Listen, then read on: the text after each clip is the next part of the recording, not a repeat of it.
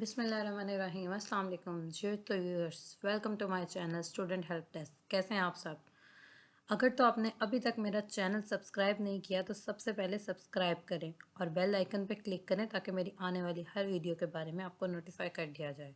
पिछली वीडियो में हमने बात शुरू की थी पंचुएशन मार्क्स के बारे में। अगर वो वीडियो आपने अभी तक नहीं देखी तो डिस्क्रिप्शन में वीडियो के पार्ट 1 का लिंक मौजूद है, आप वहाँ से जाके वो वीडियो देख सकते हैं। उस वीडियो में हमने कोमा तक बात की थी। मज़ीद जो हमारे पंचुएशन मार्क्स रह गए थे उन्हें हम आज डिस्कस करते हैं। तो हाइफन से बात स्टार्ट करते हैं। हाइफन के कुछ यूजेस हैं। हाइफन एक डैश की तरह का निशान होता है जिसको आप माइनस कह सकते हैं। हाइफन और डैश का साइन बिल्कुल सेम होता है लेकिन इसका यूज़ थोड़ा सा डिफरेंट होता है। हाइफन के 3 मेन यूजेस हैं। सबसे पहले तो ये जो है दो वर्ड्स को एक दूसरे से सेपरेट करता है, यानी एक कंपाउंड वर्ड लिखा जाता है जिसमें कंपाउंड वर्ड वो होता है जिसमें दोनों वर्ड्स के अलग अलग मीनिंग भी होते हैं, लेकिन उन दो वर्ड्स को जब एक दूसरे के साथ मिलाया जाता है तो उनका एक नया मीनिंग बन जाता है। जैसे सेल्फ और कॉन्फिडेंस, ये दो अलग अलग वर्ड्स हैं और इन दोनों के अलग अलग मीनिंग है, लेकिन अगर हम सेल्फ कॉन्फिडेंस को इकट्ठा लिखते हैं तो इसका मीनिंग अलग होता है। इसको जोड़ने के लिए इसके दरमियान में हाइफन का साइन यूज़ किया जाता है। उसके अलावा हाइफन किसी भी वर्ड को उसके प्रीफिक्स से अलहदा करता है। प्रीफिक्स क्या होता है? प्री।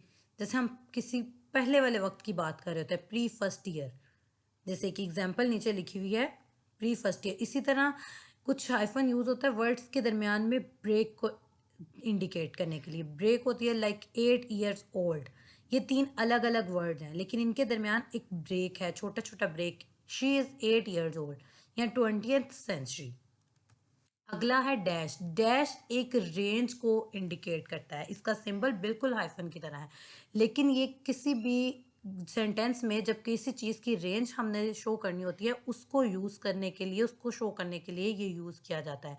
जैसे नीचे दो रेंजेस दी गई हैं, 567 से लेके 890। अब इस डैश के साइन से हमें समझ आ रहा है कि अब इस दरमियान में जितने भी नंबर आते हैं, यानी 567 से स्टार्ट होकर 890 तक जितने भी नंबर्स हैं वो सारे इस रेंज में आते हैं। इसके लिए हम डैश को यूज़ करते हैं।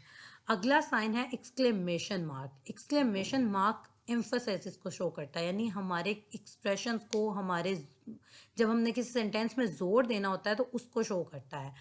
और अगर ये किसी सेंटेंस के एंड पे यूज़ किया जाए तो उस सेंटेंस में ये फुल स्टॉप को रिप्लेस कर देता है, यानी उस सेंटेंस के एंड पे फुल स्टॉप नहीं आता। बहुत से वर्ड्स में इसको सेंटेंस के दरमियान में यूज़ किया जाता है और बहुत सी जगहों पे इसको सेंटेंस के एंड पे। जैसे हमसे कोई पूछता है कि तुमने ये काम किया है, तो हम सिंपली नेवर में आंसर कर देते हैं। उस नेवर के बाद क्योंकि हमने उस पर जोर दिया है कि कभी भी नहीं, मैंने ये कभी भी नहीं किया, तो उस नेवर के बाद एक्सक्लेमेटरी साइन आएगा। इसी तरह हमारे एक्सप्रेशंस को शो करता है। जैसे हम किसी चीज़ के बारे में खुश होते हैं तो वाओ, और अगर हम किसी चीज़ के बारे में सैड होते हैं ओह, तो उसके बाद एक्सक्लेमेशन का साइन यूज़ किया जाता है।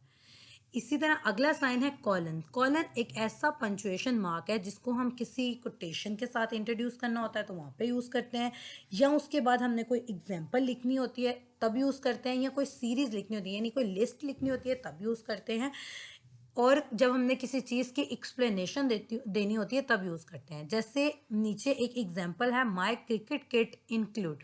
अब इंक्लूड के बाद हमने एक लिस्ट बयान करनी है कि उसमें क्या क्या है, तो उससे पहले हमने कॉलन लगा दिया।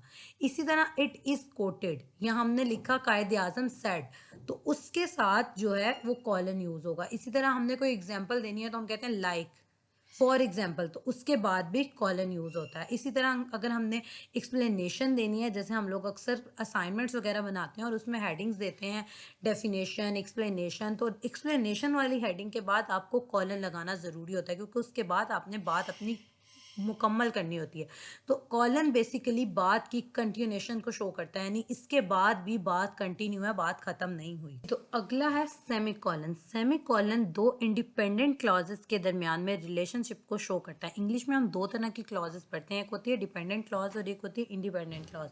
डिपेंडेंट क्लॉज वो होती है जिसमें दो सेंटेंसेस एक दूसरे पे डिपेंड करते हैं, और इंडिपेंडेंट क्लॉज वो होती है जिसमें दो सेंटेंसेस एक दूसरे पे डिपेंड नहीं करते।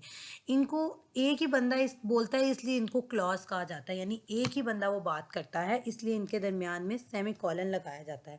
जैसे if you work hard then you would succeed, तो अब अगर तुम मेहनत करोगे और तो तुम कामयाब होगे। तो ये एक डिपेंडेंट क्लॉज है। मेरी कामयाबी किस पे डिपेंड कर रही है? मेरी मेहनत पे। अगर मैं मेहनत नहीं करूँगी तो मैं कामयाब नहीं होंगी। इसी तरह जो क्लॉजेज हैं नीचे जो लिखी हुई हैं वो इंडिपेंडेंट क्लॉजेज हैं। जैसे my brother is a doctor and my sister is a teacher. इन दोनों का एक दूसरे के अलावा भी मीनिंग है, सेपरेट मीनिंग भी है।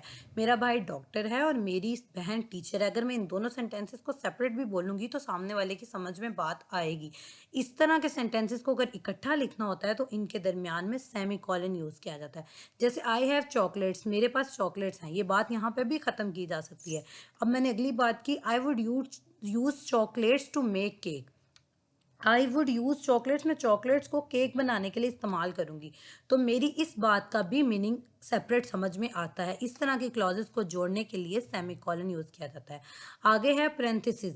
पैरेंथेसिस किसी भी चीज़ की एक्सप्लेनेशन के लिए यूज़ होते हैं। यानी एक बात हम कर रहे हैं फ्लो में, हम उसका डायरेक्ट ज़िक्र नहीं करते, लेकिन जब हम उसको लिखते हैं, अब मैं किसी से फ्लो में बात कर रही हूँ, मुझे उसको बताने की ज़रूरत नहीं है कि मैं किस चीज़ के बारे में बात कर रही हूँ। लेकिन अगर मैं लिख के किसी से बात कर रही हूँ तो मुझे उसे बताने की ज़रूरत है कि मैं किसकी बात कर रही हूँ। मी एंड माई फ्रेंड, अब किसी को क्या पता कि मेरा कौन सा फ्रेंड है, तो मैंने उसका नाम लिख दिया कि अजलान।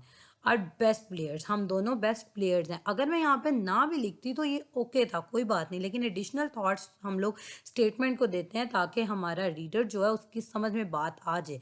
अब I used all baking ingredients to make cake, बात ठीक है, कोई मसला नहीं है इसमें, लेकिन अगर मैं उन बेकिंग इंग्रेडिएंट्स के नाम बता दूंगी तो सामने वाले की समझ में ज़्यादा अच्छी आ जाएगी मेरी बात।